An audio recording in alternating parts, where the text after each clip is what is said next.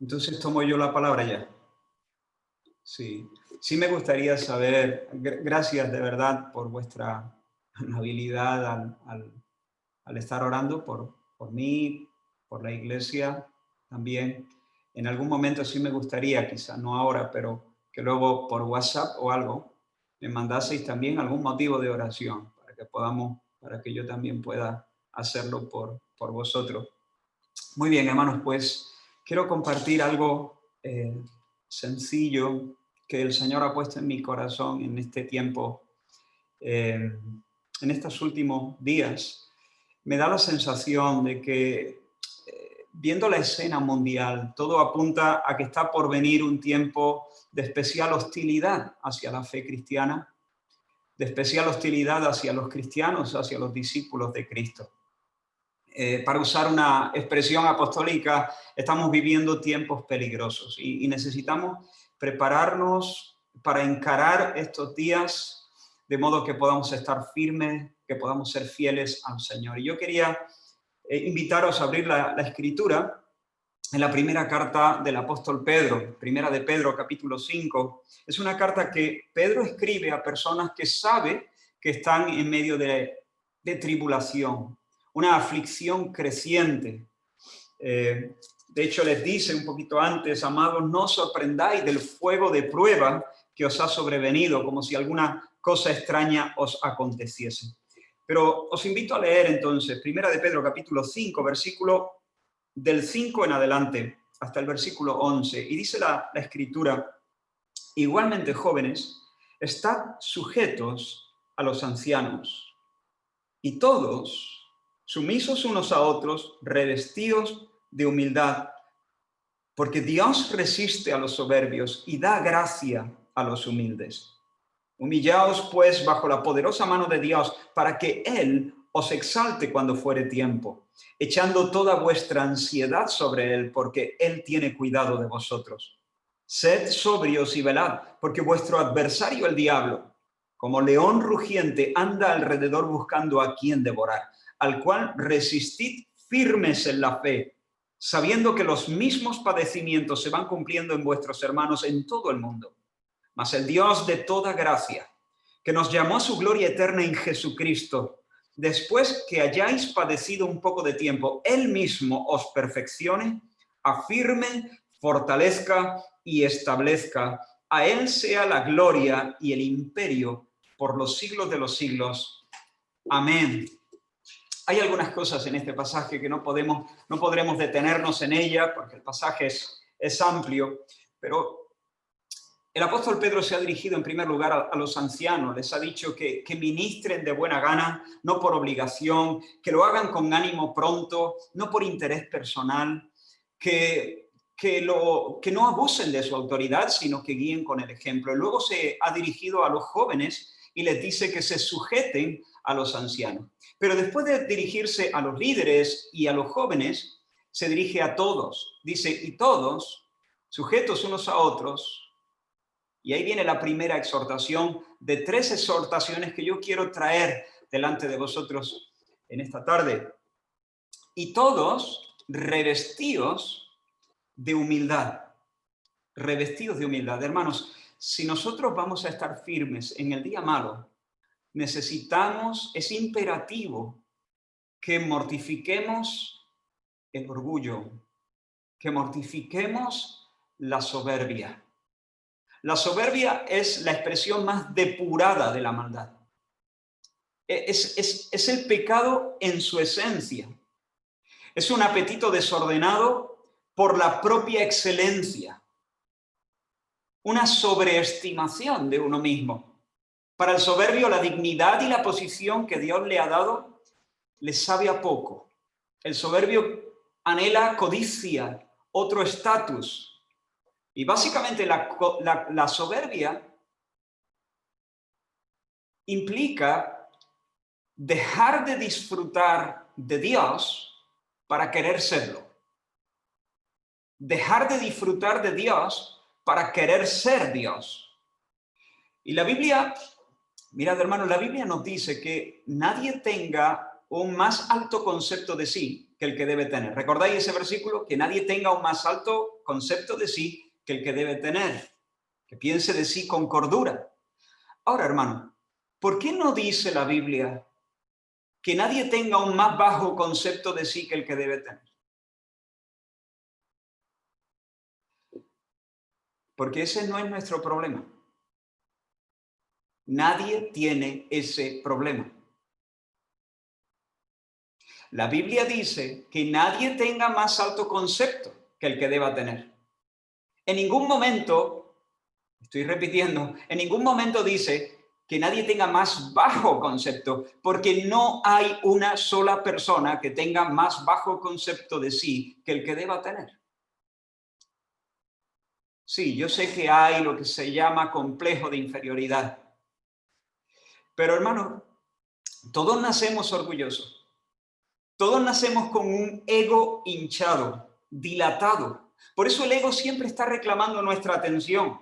Tendemos a vivir ensimismados.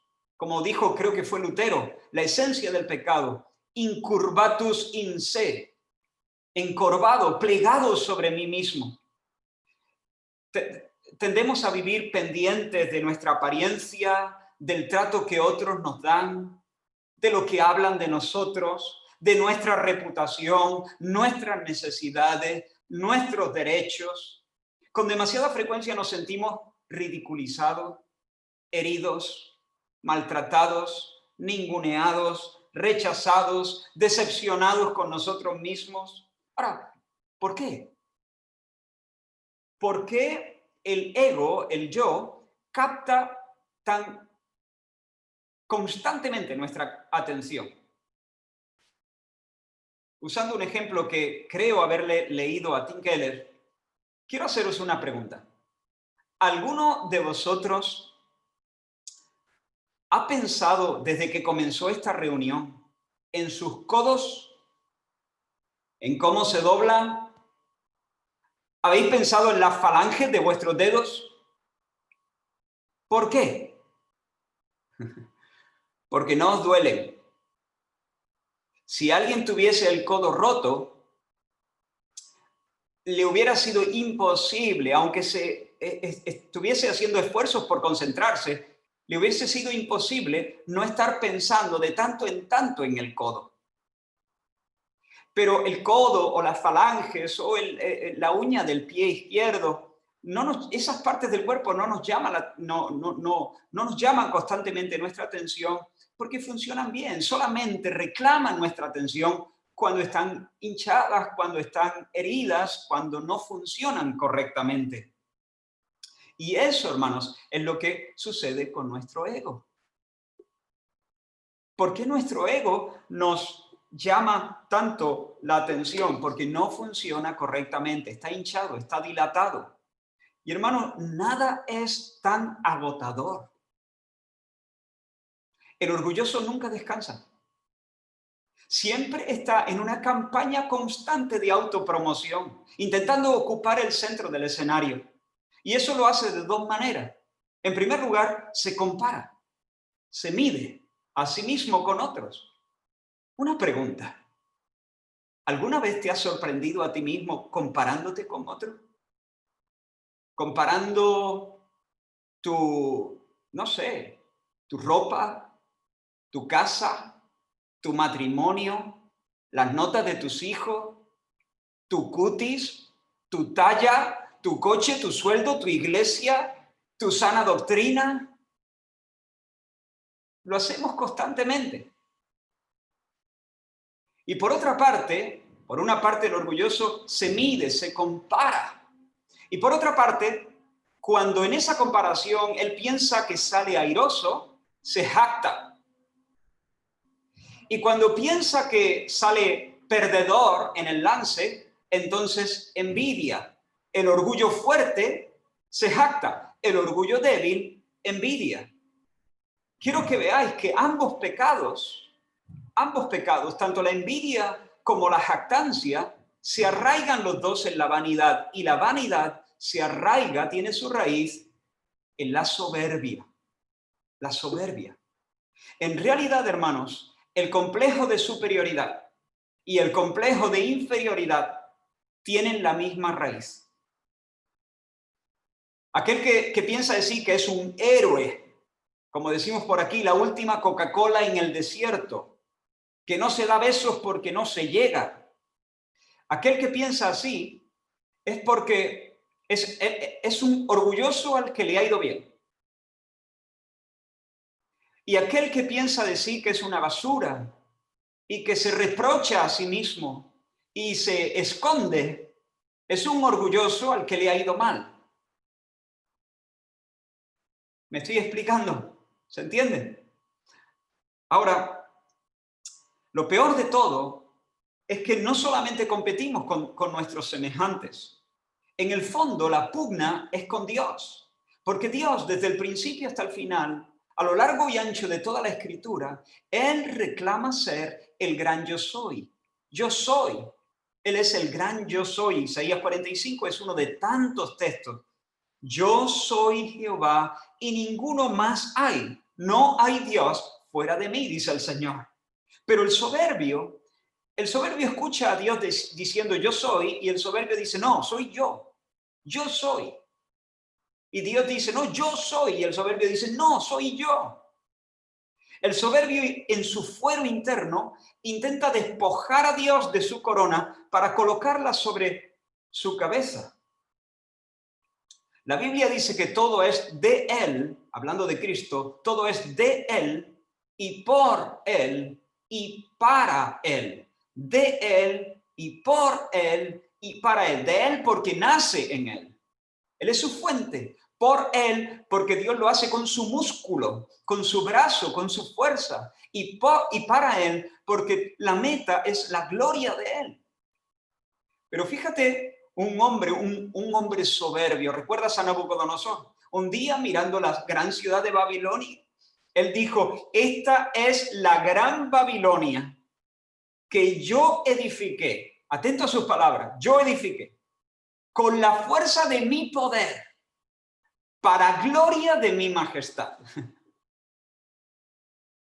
Esta ciudad es de mí, porque yo la edifiqué, yo soy el arquitecto y constructor. Por mí, porque yo la he hecho con la fuerza de mi poder, y para mí, porque esta ciudad es para la gloria de mi majestad. De mí, por mí, para mí. Hombre, hombre, hombre. 666. Esa es la esencia de anticristo. Soberbia. Ahora, ¿qué es la humildad entonces? Esta primera exhortación nos dice revestidos de humildad. ¿Qué es la humildad? Hermano, la humildad es la hermosa disposición interior de aquel que se conoce a sí mismo como quien de verdad es. ¿Me explico? Es aquel que tiene un justo entendimiento de sí mismo, un concepto correcto de sí mismo. Acepta con gozo la dignidad y acepta con gozo la posición que Dios le da. El humilde no quiere ser el sol. Sabe que Dios no le ha hecho la estrella. Dios le ha hecho la luna para que refleje la gloria de la estrella. Y está contento con ser la luna. Y está contento con reflejar la gloria de Dios. El humilde no es el que se desprecia. El humilde no es el que se autodevalúa. El humilde no es el que dice, soy un gusano, soy una alimaña, soy la hez del mundo. Ese no es el humilde. Hermanos, imaginaos que yo en esta noche, en esta reunión, os doy la enhorabuena por haberme invitado. No podríais haber invitado a un predicador mejor. Soy muy bienaventurados por escucharme. Si yo me pongo en ese plan, vosotros haréis bien en cortarme el micrófono y en despedirme para que no vuelva. Soy un soberbio, soy un orgulloso. Pero imaginaos que yo me pongo delante de vosotros y os digo, oh hermanos, no soy nadie, soy una basura, soy una alimaña, soy un gusano. No soy digno de dirigirme a vosotros. De hecho, creo que me voy a dar la vuelta. Y alguien podría pensar, oh, qué humilde es este pastor. No, hermano. ¿Quién era el protagonista de mi discurso en el primer discurso? Yo. ¿Quién es el protagonista en mi segundo discurso? Yo. De nuevo yo. El humilde, en realidad, no es el que va de estrella, pero tampoco es el que va de alpargata. El humilde es el que se olvida de sí mismo, el que se ubica. No busca ser impresionante. El humilde no busca ser impresionante. Vive como una persona impresionada. No busca ser impresionante. Vive como una persona impresionada.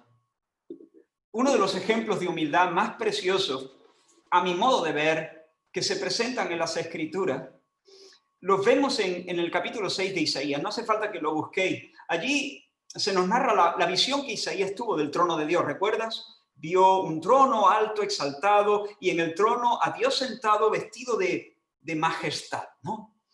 Y dice que por encima de él había serafines, un tipo de ángeles, y es la única vez, si no recuerdo mal, en que se mencionan a estos seres, serafines, en toda la Biblia.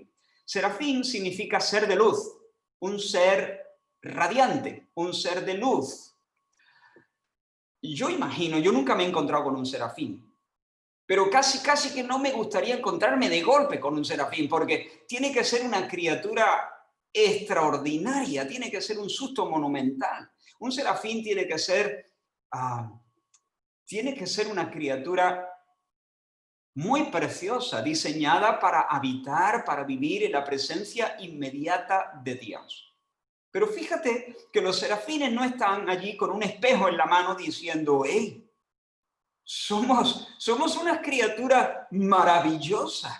¿Has visto los 3 pares de alas que tenemos? ¿Y cómo volamos? ¿Y cómo gritamos? ¿Y la posición en la que Dios nos ha colocado? No están allí comparándose entre ellos. ¿Qué están haciendo los serafines? ¿Recuerdas el pasaje? Dice que había serafines que tenían 6 alas. Con 2 tapaban sus pies, cubrían sus pies. Con 2 cubrían su rostro. Con 2 volaban. Y el uno al otro daba voces diciendo, recuerda, santo, santo, santo, santo, santo, santo, santo es el Señor. Toda la tierra está llena de su gloria. Fíjate, criaturas que tienen que ser increíbles, maravillosas, extraordinarias, pero que ni siquiera parecen darse cuenta de ello. Sencillamente están absortos en Dios. Están perdidos en Dios. No están plegados sobre sí mismos. Esos serafines se han olvidado de sí. Y están, bueno, he dicho absortos en Dios, pero no es exacto eso. Por una parte están absortos en Dios, están diciendo santo, santo, santo, santo, santo. Pero fíjate que se lo están diciendo el uno al otro. El uno al otro daba voces diciendo, Él es santo, Él es santo, Él es santo. Y el otro le respondía, sí, Él es santo, Él es santo, Él es santo. Es decir, están ministrando a Dios, pero también están echándole echándole leña al fuego de la devoción de su compañero serafín. Están ministrando verticalmente, pero están ministrando horizontalmente también. Están amando a Dios, pero también están amando al prójimo. Y están olvidados de sí mismos. Eso es la humildad. Esa es la humildad. Ahora, una de las manifestaciones más preciosas de la humildad, hermanos, es la dócil disposición a aceptar los tratos providenciales del Señor. Y en este texto Pedro dice, revestidos de humildad, humillaos bajo la poderosa mano de Dios, para que Él os exalte cuando fuere tiempo. Hermanos, esta es una actitud interna de acoger, de abrazar la porción que el Señor nos asigna y hacerlo con gratitud, sin amargura, sin queja, sin pataleo, sin murmuración. El soberbio es terco. El orgulloso quiere imponer su agenda y por eso se resiste y es pertinaz y es insumiso. El orgulloso protesta y patalea y pide explicaciones y resopla. Recuerdo haberle leído a Paul David Tripp en uno de sus libros un ejemplo. Él dice que fundó una escuela y como tenía falta de personal, él se ofreció también para ser maestro. Y le tocó enseñar en la clase de los párvulos, de los pequeñitos, en educación infantil. Y un día una mamá le pidió permiso para organizarle el cumpleaños a su niña, Susana. Y la mamá decoró la clase y puso en cada silla una bolsita con golosinas, con caramelitos y dulces para cada niño. Pero claro, la silla de Susana, la niña que cumplía años, estaba llena de regalos. Y a medida que Susana iba abriendo los regalos, había un niñito, Jonathan, que miraba su bolsita, miraba los regalos de la niña, volvía a mirar su bolsita y empezó a resoplar y a quejarse y a protestar. Y estaba a punto de arruinar la fiesta porque cada vez era más audible la protesta del niñito. Veía a la chiquita con mucho regalo y él se veía con menos. Y una mamá se levantó, se puso delante de Jonathan, lo miró a los ojos y le dijo: esta no es tu fiesta. Bien, hermanos, pues el Señor nos dice: esta no es tu fiesta. Pero a veces estamos resoplando y mirando la suerte que nos ha tocado, la porción que Dios nos ha dado. Y es la soberbia la que nos lleva a patalear y a refunfuñar y a amargarnos y a protestar y a pedir explicaciones a Dios. Pero el que se viste de humildad, aún en medio de situaciones dolorosas, puede decir amén ante los designios divinos. ¿Recuerdas a Job en el día de su quebranto? El Señor dio, el Señor quitó. Sea el nombre del Señor bendito. ¿Recuerdas al rey David cuando su hijo Absalón se levantó contra él y quiso tomar el trono en Jerusalén? David, para evitar una guerra civil, un derramamiento de sangre, David abandona Jerusalén y dice la Escritura que fue subiendo la cuesta del Monte de los Olivos descalzo y la subió llorando. Y todos sus hombres iban con él, con la cabeza cubierta y con los pies descalzos. Y Sadoc también salió con él y los levitas que llevaban el arca. Pero de repente David se vuelve y le dice a Sadoc: no. El arca no. El arca vuélvela a Jerusalén. El arca déjala en la ciudad de Dios. Y leo literalmente en 2 de Samuel capítulo 15.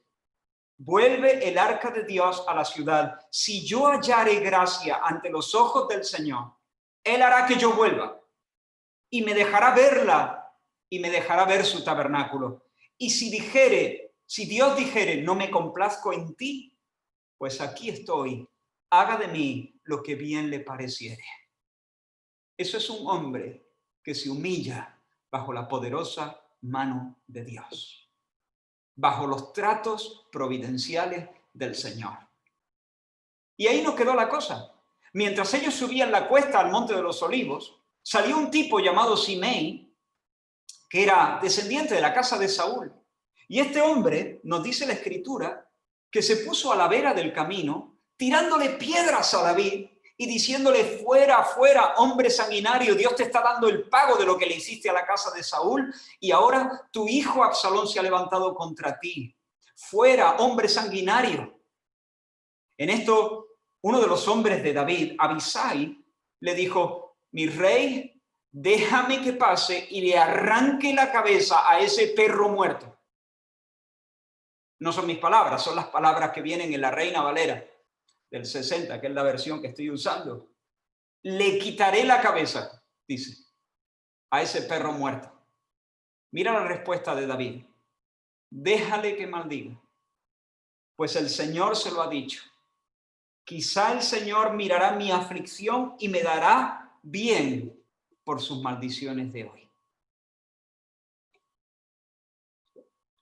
Eso es un hombre humilde.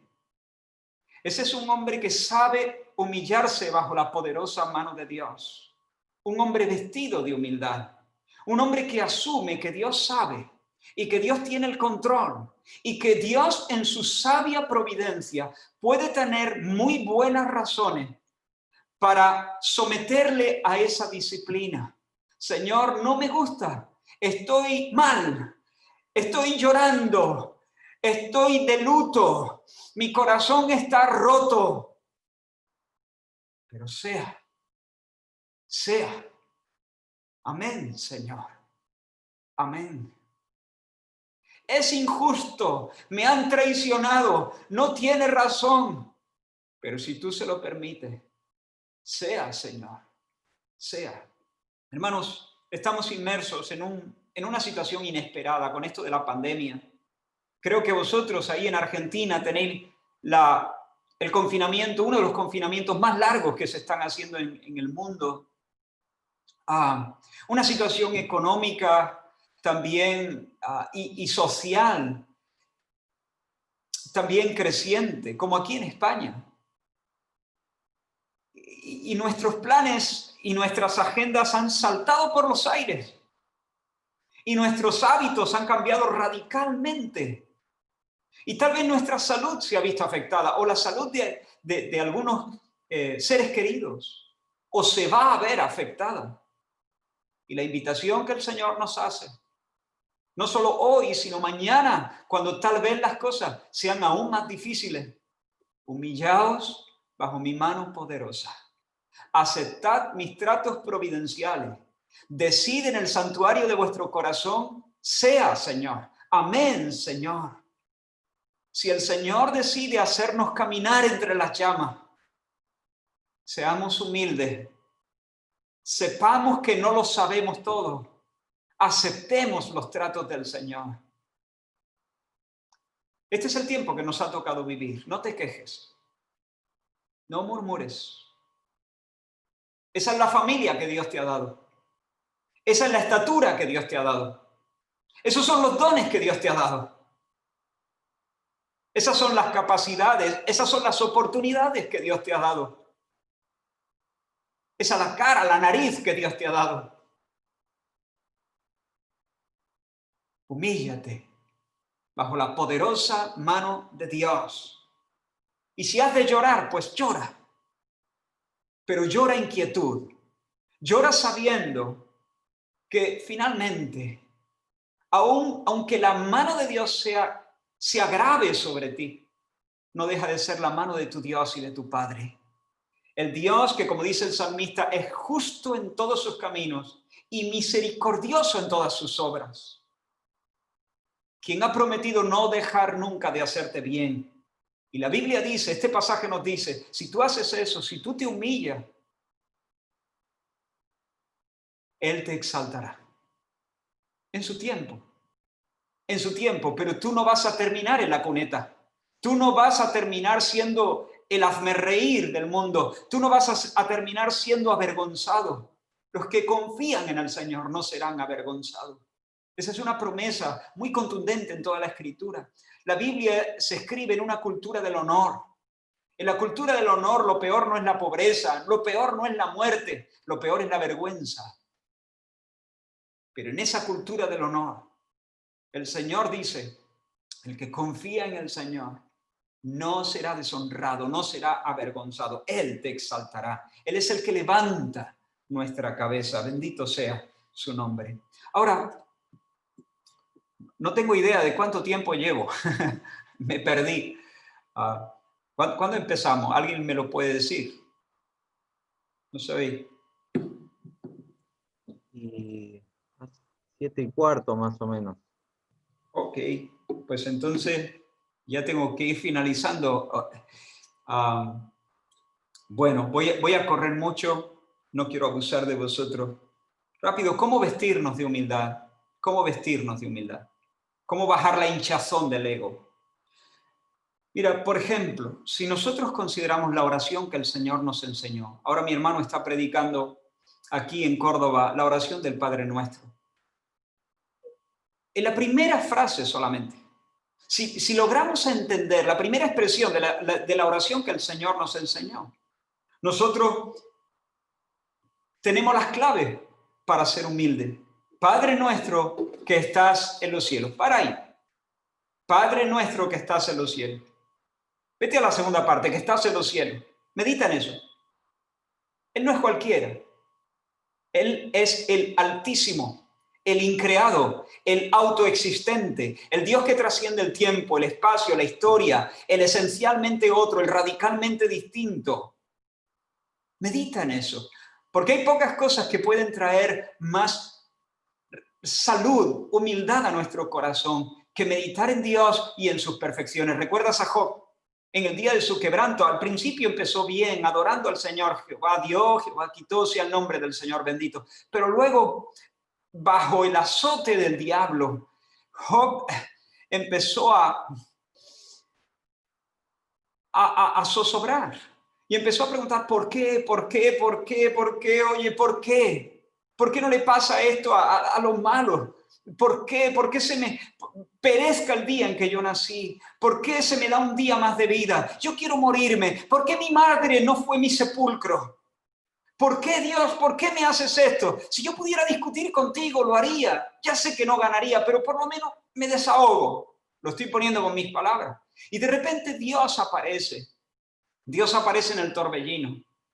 Y Dios le habla a Job. Y cuando uno esperaría que por fin Dios aparece y le va a dar un beso a su siervo y le va a dar un abrazo y lo va a consolar, lo que Dios le dice es: Job, prepárate para hacerme frente. Abróchate el cinturón, decimos aquí en España. Porque vamos a pelear. Job, vamos tú y yo al ring. Y ahora viene una serie de preguntas de Dios que a mí me dejan boquiabierto. ¿Dónde estabas tú cuando yo fundaba la tierra? Job, ¿tú sabes el tiempo en el que paren las cabras montesas? Mira, hermano, si tú vienes algún día a Córdoba, España, y yo te presento a un hermano que se le han muerto todos sus hijos el mismo día, que ha perdido su casa, su hacienda, sus siervos, sus rebaños, su salud. Lo único que le ha quedado es su esposa, y su esposa todo lo que le dice desde entonces es: maldice a Dios y muérete. Y tiene una enfermedad rara que los médicos no saben lo que tiene. Y el pobre se está consumiendo. Y yo te digo, hermano, ¿por qué no hablas con él? Tal vez el Señor pueda usarte para animarlo. Si tú te metes aquí en la oficina, estoy aquí en la oficina de nuestro local. Si tú vienes aquí y le preguntas a ese hermano que si sabe el tiempo en el que paren las cabras montesas, vas a tener que huir de Córdoba, porque te voy a perseguir. Yo te diría, pero hombre, ¿cómo se te ocurre a una persona que está sufriendo de esa manera preguntarle que si sabe el tiempo en el que paren las cabras montesas? ¿Pero qué quieres hacerle a este hombre? ¿Rematarlo? Pero hermanos, Dios sabía muy bien lo que estaba diciendo. Job, ¿conoces el secreto del granizo? ¿Por qué camino se reparte la luz? Pongamos que me tomo unas vacaciones, ¿te encargarías tú de ordenar las Pléyades, las estrellas? ¿Convocarías tú a las nubes para regar los campos? Y a medida que Job va escuchando esas preguntas, se va haciendo pequeño, pequeño, pequeño, pequeño, pequeño. Lo que Dios le está diciendo a Job: tú no tienes ni fuerza, ni tienes autoridad, ni sabes, ni podrías entender las explicaciones que yo tendría que darte. Tú no puedes entender mis actos, ni la intrincada trama de mis propósitos, donde yo hago concurrir millones de causas, voluntades libres, consecuencias, actos de virtud, pecados, gorriones que mueren, imperios que se levantan, flujos migratorios. El universo indescifrable de una molécula, el ajuste fino del cosmos, y todo eso lo hago concurrir para el cumplimiento perfecto de mis planes. Job, no te lo puedo explicar, pero déjame hacer mi trabajo. Y Job de repente entiende, no solo entiende que él no sabe el tiempo en el que paren las cabras montesas, sino que hay un Dios que sí sabe el tiempo en el que paren las cabras montesas. Hay un Dios altísimo que gobierna. Y Job entonces dice, oh, Señor, he aquí yo soy vil, me pongo mi mano sobre mi boca. Ya no hablo más. Sea. Amén. Y luego dice, de oídas te había oído, pero ahora mis ojos te ven. Me arrepiento, me aborrezco, es decir, me olvido de mí y me arrepiento en polvo y ceniza. Eso es lo que necesitamos. Ver a Dios en su grandeza, en su superioridad, en su supremacía. Toma estas preguntas de Job. Deja que Dios se meta en el ring contigo. Deja que Dios te muestre que tus bracitos son muy cortos y muy débiles para pelear contra Él. Deja que Dios te apabulle. Deja que Dios te enseñe su músculo. Pero no solo eso. La oración del Padre Nuestro dice que estás en los cielos, pero el que está en los cielos no es solamente el Altísimo, es papá. Es papá. Es Padre nuestro. Y si conocer la grandeza y la majestad de Dios nos hace humildes, conocer su gracia desplegada en el Evangelio, eso es lo más. ¿Recuerdas a Jacob? Jacob, cuando su madre Rebeca estaba encinta, estaba embarazada, tuvo problemas en su embarazo y Dios le hizo la ecografía, le dijo, mira, hay dos naciones luchando en tu vientre. Ya sabéis, Esaú y Jacob. Y cuando ocurrió el parto, Jacob nació segundo, pero nació aferrado al calcañar de su hermano. Como diciendo, como queriendo adelantársele, como queriendo suplantar a su hermano. Como diciendo, a mí la vida no me va a regalar nada. Yo me voy a ganar mis cosas. Yo voy a demostrar que soy capaz. Y así nació, agarrado al calcañar de su hermano. Pero así vivió también. Cuando fue más grande, trazó su plan, maniobró, calculó, mintió para arrebatarle la primogenitura. Y cuando su hermano Esaú quería matarlo, volvió a maniobrar, volvió a trazar un plan para disuadirlo, haciéndole regalos. Fíjate, vuelve a pensar en Jacob, en esa imagen, agarrado al calcañar de su hermano, aún desde el vientre. ¿Sabes qué? Ese hombre que está luchando por un puesto, por una posición, es un hombre que Dios ha elegido en Cristo antes de decir, sea la luz.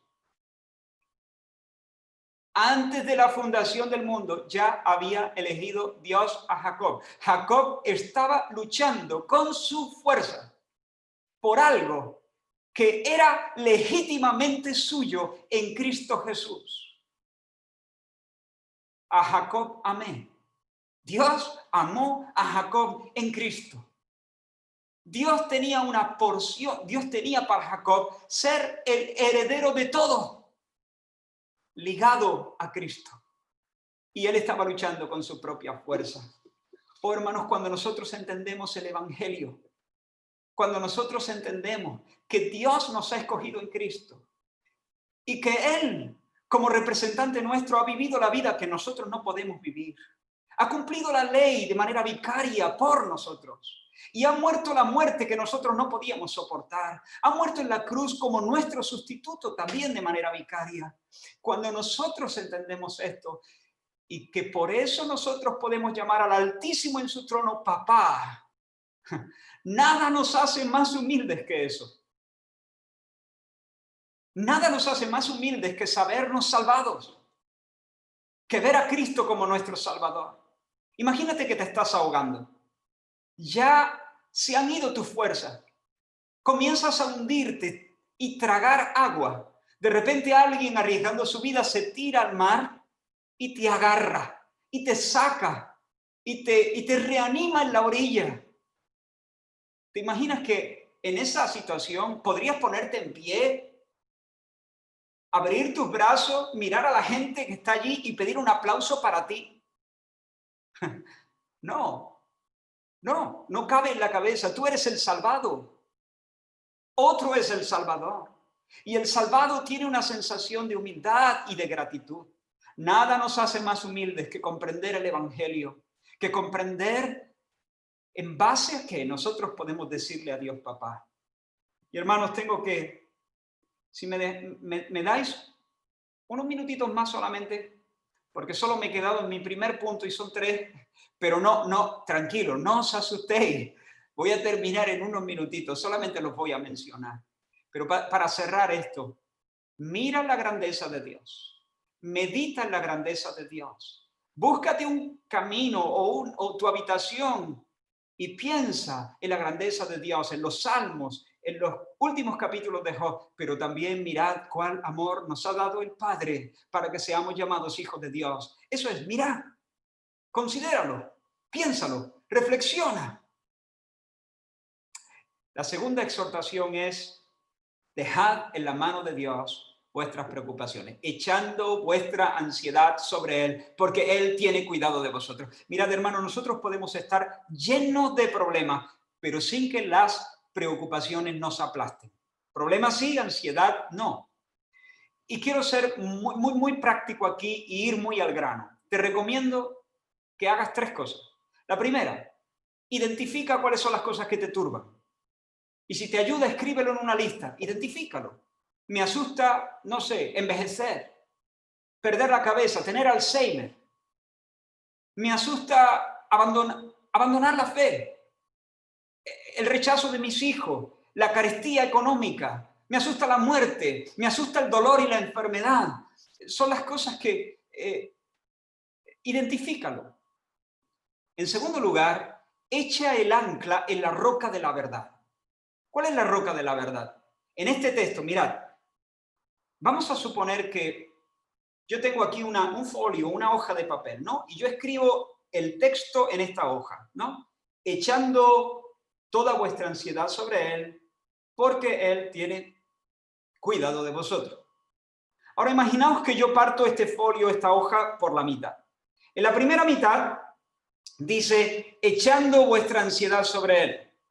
En la segunda mitad dice, porque Él tiene cuidado de vosotros. Si tú estás padeciendo ansiedad y yo te digo, mira, te pido que puedas luchar contra tu ansiedad escogiendo solo una sola hoja. Ahora, en esta primera dice, echando vuestra ansiedad sobre Él. Aquí dice, porque Él tiene cuidado de vosotros. ¿Cuál escogería para luchar contra la ansiedad? Bien. Si has escogido la primera, echando vuestra ansiedad sobre Él, estás cao, estás frito. No vas a superar la ansiedad. Porque para luchar con la ansiedad, tú no necesitas un mandamiento. Al contrario, si tú te pones con ese mandamiento, tengo que echar mi ansiedad sobre Él, tengo que echar mi ansiedad sobre Él, tengo que echarme, más ansioso te vas a poner. Para luchar con la ansiedad, tú necesitas echar el ancla, no en un mandamiento, en una verdad. Él tiene cuidado de mí. Él tiene cuidado de mí. Yo no sé lo que deparará el mañana, pero yo sí sé una cosa acerca de mañana. Yo no sé si voy a tener Alzheimer y me voy a hacer pipí o me voy a orinar en la cama. Pero yo sí sé acerca de mañana que Dios estará allí como mi Dios y mi Salvador. Eso sí lo sé. Por lo tanto, echo el ancla en la verdad. Y tercera cosa que te invito a hacer, ora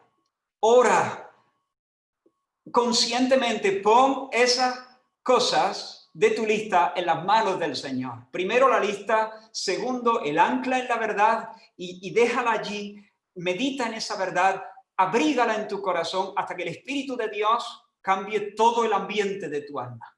Y luego, por nada estéis afanosos, dice el apóstol Pablo, sino sean conocidas vuestras peticiones delante de Dios. Conscientemente, ora por cada una de ellas y practica esa disciplina un día y otro día y otro día. La tercera exhortación y la última.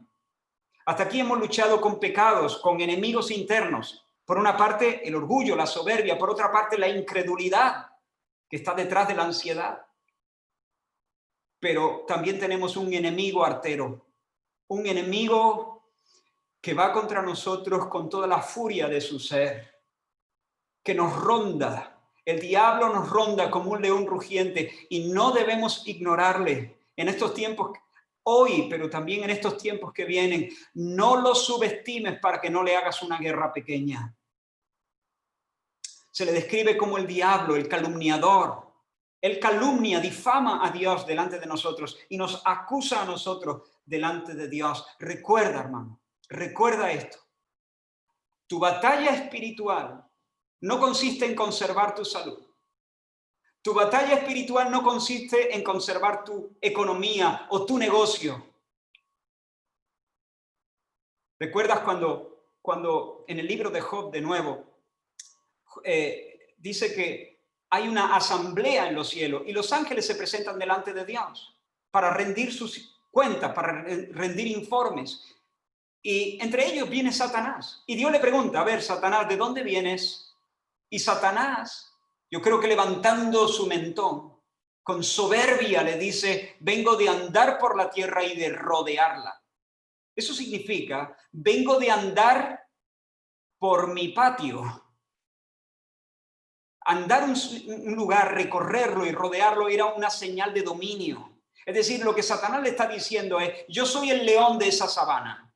En la tierra se hace lo que yo digo.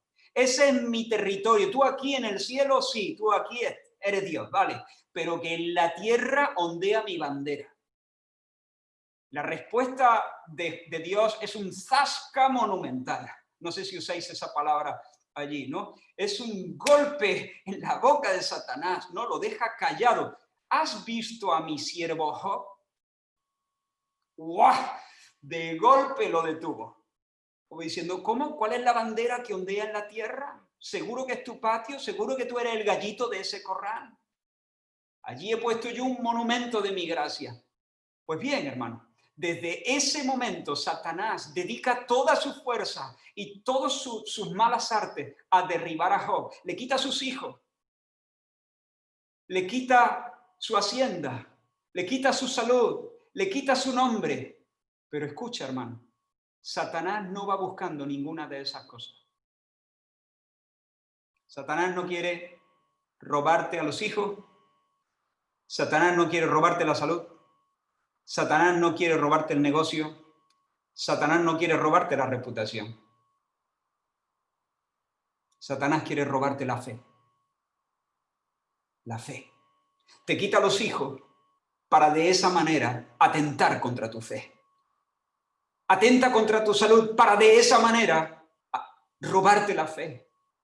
Para que llegue la próxima asamblea en el cielo y Satanás pueda decirle a Dios, Dios, vengo de rodear la tierra y por cierto, ¿has visto a mi siervo Job? Eso es lo que quiere Satanás, que se acabe toda la adoración. Hermano, tu guerra espiritual no es para conservar tu salud. Tu guerra espiritual no es para conservar tu negocio. Tu guerra espiritual es para conservar tu fe, para seguir amando a Dios con amor inalterable, para seguir confesando que Cristo es tu justicia. Y para eso, termino, necesitamos ser sobrios y velar. Mirad, hermanos, el diablo es un tramposo, es un trilero. ¿Usáis esa palabra, un trilero? Estos que hacen los jueguitos de los dados, unos cubiletes con unos dados, y tienes que adivinar en qué cubilete está el dado. Y va cambiando los cubos y hace trampa.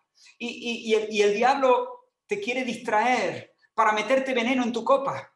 Y quiere llenarte de ruidos y de diferentes palabras para finalmente atentar contra tu fe y decirte como le dijo a David, no hay para ti salvación en Dios. Pero mirad, hermanos, necesitamos habitar en la palabra. Necesitamos en este tiempo, como nunca antes, habitar en la palabra y perseverar en la oración. Yo soy un hombre con una memoria de pez.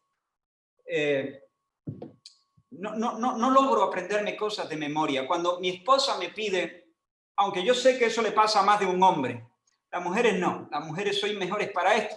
Pero cuando mi esposa me pide ir al supermercado, me dice, Israel, ¿te puedes llegar al supermercado?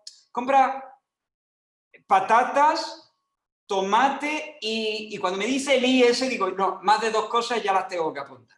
Ya, pero bueno, ahora tenemos móvil, eso me ayuda mucho. Digo, mándame un WhatsApp y ahí pues lo veo en el supermercado. Pero antes de tener el móvil, lo que hacía, si no podía apuntarlo, entonces yo iba desde mi casa hasta el supermercado diciendo, patatas, tomate, masa quebrada.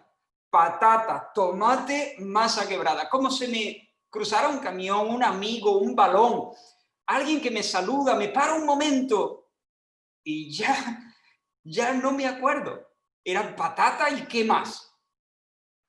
Pues hermanos, el diablo quiere meter ruido, quiere que se nos crucen cosas para que se nos olvide la promesa, el juramento, el pacto de Dios, quiénes somos, quién es Él, qué nos ha prometido en Cristo Jesús. Pero nosotros tenemos que habitar en la palabra de Dios y decir, perdonadme este ejemplo, no sé si va a sonar muy frívolo, pero abrir la escritura, montar allí nuestro campamento y decir, patata, tomate, masa quebrada, y no entiendo de ninguna otra cosa más.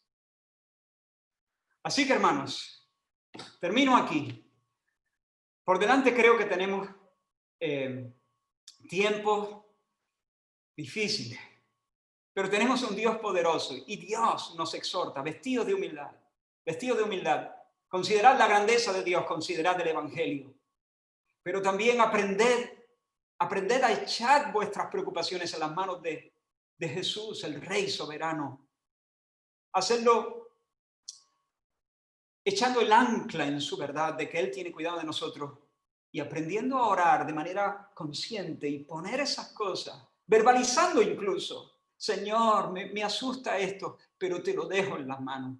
Y en tercer lugar, no le hagáis una batalla pequeña a Satanás, resistidlo, sed serios en vuestra resistencia a Satanás, no os quedéis durmiendo, si os quedáis durmiendo pondrá veneno en vuestra copa, no os quedéis durmiendo, no os distraigáis con tantos ruidos, habitad en la palabra, habitad en la oración, orad mucho, orad bien, leed la palabra, aprended la palabra, reflexionad la palabra, orad la palabra, cantad la palabra, porque en este tiempo no nos podemos despistar, para que habiendo acabado todo, podamos estar firmes. Mas el Dios de toda gracia, gracia para cualquier situación, después de que hayáis padecido un poco de tiempo, Él mismo os remiende. ¿Se entiende esa expresión? Os remiende. Esa es la palabra que catartisei, os perfeccione, dice la Reina Valera.